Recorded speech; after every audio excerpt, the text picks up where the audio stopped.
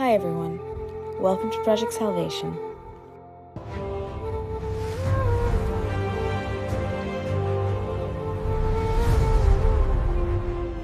இந்த வீடியோவில் தேவ பிரசன்னத்தில் மனதுருகி வேண்டுவது எப்படி என்று பார்க்க போகிறோம். வாங்க வீடியோக்குள்ள போகலாம். Praise the Lord. எனக்கோ ஆண்டவரை பற்றி கொண்டிருப்பதே நலம்.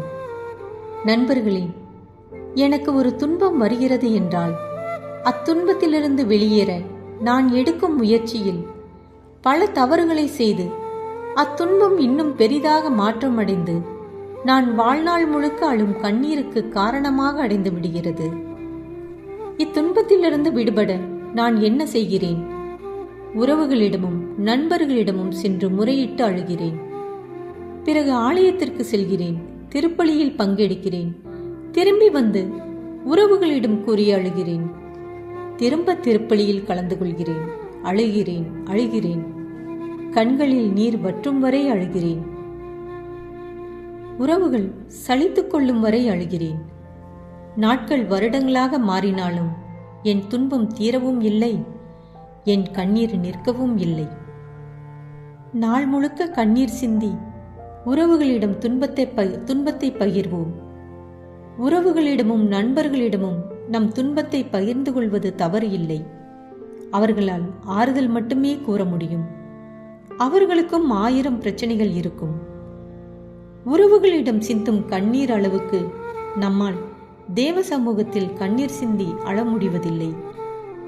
அதேனென்றால் உறவுகளிடம் துன்பம் வந்ததற்குரிய உண்மையான காரணத்தை மறைத்து நமக்கு சாதகமாக பல பொய்களை புனைந்து நம்மேல் தவறு இல்லை என்பது போல் நம்மேல் அனுதாபப்பட வைப்போம். ஆனால் தேவ சமூகத்தில் நீதி அரசராக வீற்றிருப்பவர் முன் நம்மால் இந்த அளவுக்கு கண்ணீர் சிந்த முடிவதில்லை. ஏனென்றால் அனைத்தையும் அறிந்தவர் அவர். முதலில் அடுத்தவர் நமக்கு பாவம் செய்திருப்பர். அதற்கு பதில் நாமும் அவருக்கு பாவம் செய்திருப்போம். விளைவு அதிகளவு நாம் பாதிக்கப்பட்டிருப்போம். வருடக்கணக்காக நம் துன்பம் மாறாததற்கு காரணம் தேவ சமூகத்தில் அவன் எனக்கு துரோகம் செய்து விட்டான், அதனால்தான் நான் இப்படி செய்தேன் என்று நம் தவறுக்கு நியாயம் கூறுவது. நம் ஆண்டவருக்கு அவன் என்ன செய்தான், நான் என்ன செய்தேன் என்று தெரியும். எனவே அவர் சமூகத்தில் நம் பாவத்தை மட்டுமே அறிக்கையிட்டு கண்ணீர் சிந்தி மன்னிப்பு வேண்டுவோம்.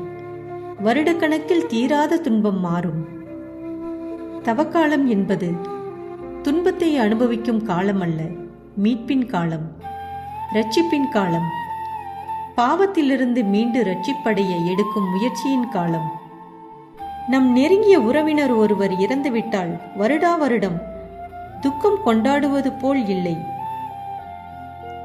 சடங்கு சம்பிரதாயங்களை கடைபிடிக்கும் காலம் அல்ல இத்தவக்காலம்.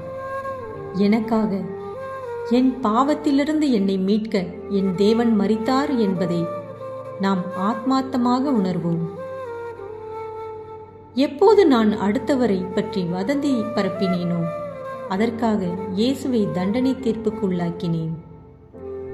எப்போது நான் அடுத்தவருக்கு சுமையாய் இருந்தேனோ அப்போது அவர் தோளில் நான் சிலுவையை சுமத்தினேன். எப்போது நான் அடுத்தவர் வீழ்ச்சியை பார்த்து மகிழ்ந்தேனோ அப்போது அவரை தரையில் தள்ளினேன். எப்போது நான் பிறரை இச்சையுடன் நோக்கினேனோ அப்போது அவர் ஆடையை பறித்தேன். எப்போது நான் அவமானத்திற்குரிய செயலை செய்தேனோ அவர் நாம் பெற வேண்டிய உமிழ்நீரை தம் முகத்தில் பெற்றுக்கொண்டார். எப்போது நான் தலைக்கணத்தோடு நடந்தேனோ அப்போது அவர் தலையில் முள்முடி சூட்டினேன். எப்போது நான் திருடினேனோ அப்போது அவர் கைகளால் ஆணிகளால் குத்தினேன். எப்போது தீய வழியில் நடந்தேனோ அப்போது அவர் மலர் பாதங்களை ஆணிகளால் குத்தினேன். எப்போது நான் வீணாக நேரத்தை கழித்தேனோ அப்போது வேதனை நிறைந்த அவருடைய சிலுவை பாதையை நீட்டித்துக் கொண்டிருந்தேன். எப்போது நான் போதை வஸ்துக்களை எடுத்துக்கொண்டேனோ அப்போது அவருக்கு கசப்பான காடியை குடிக்க கொடுத்தேன். எப்போது நான் என்னை நம்பியவர்களுக்கு நம்பிக்கை துரோகம் செய்தேனோ அப்போது அவருடைய இதயத்தை ஈட்டியால் குத்தி ஊடுருவினேன். இத்தனையும் செய்த என்னை மறுதலிப்பேன் என்று தெரிந்தும் எனக்காக உயிர் விட்டு என்னை மீட்க காத்திருக்கும் தேவனிடத்தில் நல்ல கள்வனைப் போல் நம்மிடம் உள்ள குற்றங்களை உணர்ந்து தேவனிடத்தில் அறிக்கையிடுவோம். நம் கண்ணீருக்கு காரணம் ஏதாவது ஒரு விதத்தில் கட்டாயம் நம் பாவம் காரணமாக இருக்கும். இத்தவகாலத்தில் தேவ சமூகத்தில் உடைகளை கிழிக்காமல் நம் உள்ளத்தை கிழித்து நம் குற்றங்களை அறிக்கையிட்டு வருடக்கணக்கில் நீண்டு கொண்டிருக்கும் நம் துன்பத்தை நீக்க முயற்சிப்போம். நொறுங்குண்ட இதயத்தையே அவர் விரும்புகிறார். உண்மையாய் தம்மை நோக்கி மன்றாடுகிற யாவருக்கும் ஆண்டவர் அருகில் இருக்கிறார். ஆமீன்.